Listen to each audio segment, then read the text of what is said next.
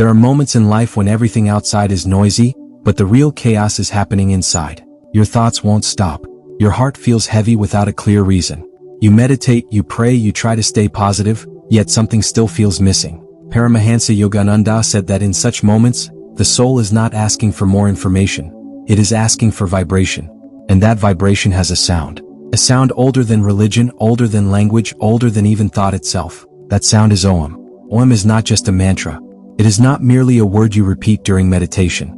Yogananda described Om as the audible expression of God, the cosmic hum that holds creation together. He taught that when the universe was formed, it did not begin with noise but with vibration. Before light, before matter, before time itself, there was a subtle cosmic sound, Om. And that same sound is still vibrating within you right now. Most people search for peace outside, in relationships, success, approval, or comfort. But Yogananda explained that true peace is not something you achieve. It is something you remember. Chanting Om helps you remember who you are beneath the noise of the ego, beneath fear, beneath the constant mental chatter that keeps you restless. When you chant Om consciously, you are not calling God from somewhere far away. You are tuning your awareness to what is already present. Yogananda often emphasized that the body is like a radio. The mind is the tuner, and consciousness is the signal. When your mind is distracted, anxious, or emotional, the signal feels weak. But when you chant Om with awareness, your entire nervous system begins to harmonize with a higher frequency. The breath slows down. The heartbeat softens. The mind gradually stops fighting itself. And in that stillness, something sacred begins to happen. What makes Om so powerful is not volume but vibration. Yogananda taught that the real power of Om is felt when it is chanted mentally, with feeling, not force.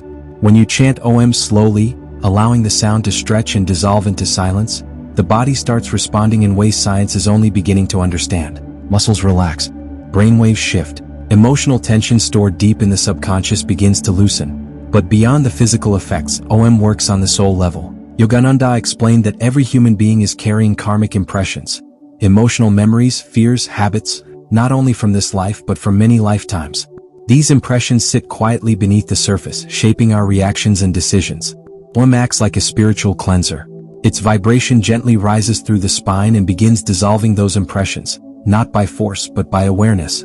Many people ask, how can one simple sound create such change? Yogananda's answer was clear. Because Om is not a human invention. It is the sound of creation itself. When you chant Om, you are aligning your individual consciousness with cosmic consciousness. You are reminding the soul of its original home. In the beginning you may not feel much. The mind may wander. Doubt may arise. Yogananda warned that this is natural. The ego resists silence because silence exposes truth. But if you continue, something shifts. The chant begins to chant you. The sound feels less like effort and more like surrender. And slowly, you start noticing subtle changes. Emotional reactions soften, intuition becomes clearer, and a quiet joy appears without reason. Yogananda taught that Om chanting is especially powerful during moments of emotional pain. When you feel lonely, overwhelmed, or lost, chanting Om reconnects you to a deeper presence that does not abandon you. He said that God speaks most clearly not in words but in vibration. And Om is that divine language. This is why saints and mystics across cultures have discovered the same sound through deep meditation, even without being taught. Om is not Hindu. It is not Eastern. It is universal. It is the background music of existence. When you chant Om, you are not escaping life. You are entering it more fully. You are learning to respond instead of react, to observe instead of judge, to feel without being consumed.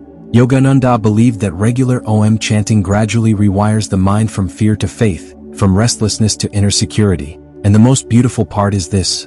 Om does not demand belief. It asks only for sincerity. You do not need to understand everything. You only need to listen, feel, and allow. Because the moment you truly hear Om, not with the ears but with awareness, you realize that you were never separate from peace. You were only distracted from it. And as the sound fades into silence, that silence begins to speak. And as the sound fades into silence, that silence begins to speak. This is the moment Yogananda described as the doorway between the human mind and divine awareness. Most people fear silence because it feels empty, but the silence after Om is not empty at all. It is alive. It is intelligent. It is deeply personal. In that stillness, you are no longer trying to connect with God. You are simply noticing that you never left. Yogananda taught that when Om chanting becomes regular, your relationship with life begins to change naturally. You stop forcing outcomes. You stop begging for validation. You stop reacting impulsively, not because you are suppressing emotions but because your inner center has shifted. The sound of Om gradually pulls awareness away from constant thinking and anchors it in being. You begin to live from the spine instead of the ego. One of Yogananda's most profound teachings was that the spine is the highway of divine consciousness. When you chant Om with awareness, especially while keeping attention gently lifted along the spine, the vibration begins to awaken dormant spiritual energy. This energy is not dramatic or explosive at first. It is subtle, quiet, almost unnoticeable, but it brings with it a deep sense of safety, as if something ancient within you has finally relaxed. This is why people who chant Om regularly report feeling guided rather than pushed through life. Decisions feel clearer. Fear loses its grip. Even challenges feel less personal. Yogananda said that Om gives the soul perspective. It reminds you that you are not the storm, you are the sky in which the storm passes. Over time, Om chanting also changes how you experience time itself. The constant rush begins to slow. You stop living mentally in the future or emotionally in the past. The present moment becomes richer, fuller, more alive. Yogananda explained that this is because Om pulls awareness into the eternal now, the only place where peace actually exists. Many seekers ask how long they should chant Om. Yogananda's answer was simple: quality matters more than quantity. Even 5 minutes of deeply attentive chanting can do more than an hour of mechanical repetition. The key is feeling. Let the sound vibrate gently through the chest, the throat, the head. Let it dissolve naturally into silence. Do not rush to the next chant. The pause after Om is just as important as the sound itself. With time, you may notice that Om begins to appear spontaneously during meditation, or even during moments of deep calm in daily life. Yogananda taught that this is a sign of inner attunement. The soul begins to recognize its own language. You are no longer trying to chant Om, you are hearing it. This inner sound brings with it a deep sense of companionship. Loneliness begins to dissolve. You may still be alone physically, but you no longer feel alone existentially. Yogananda said that the greatest tragedy of human life is not suffering, but forgetting our connection to the infinite. Om gently restores that connection. As your awareness deepens, compassion naturally expands. You become less judgmental, not because you force yourself to be kind, but because you see more clearly. You recognize that everyone is struggling with their own inner noise, their own forgotten silence. Om softens the heart without weakening it. It brings strength with gentleness, clarity with humility.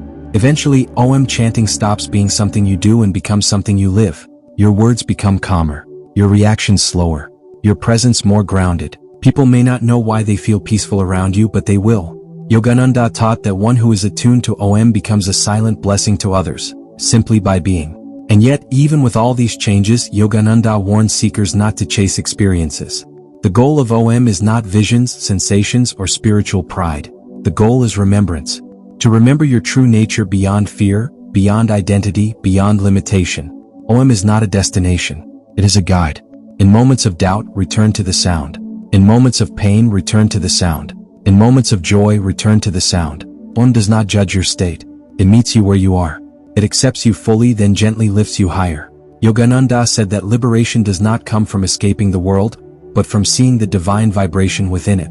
When you chant Om, you begin to hear life differently. Even silence has texture. Even stillness has movement. Even emptiness feels full. And slowly, almost without realizing it, you stop searching for peace, because you have become its echo.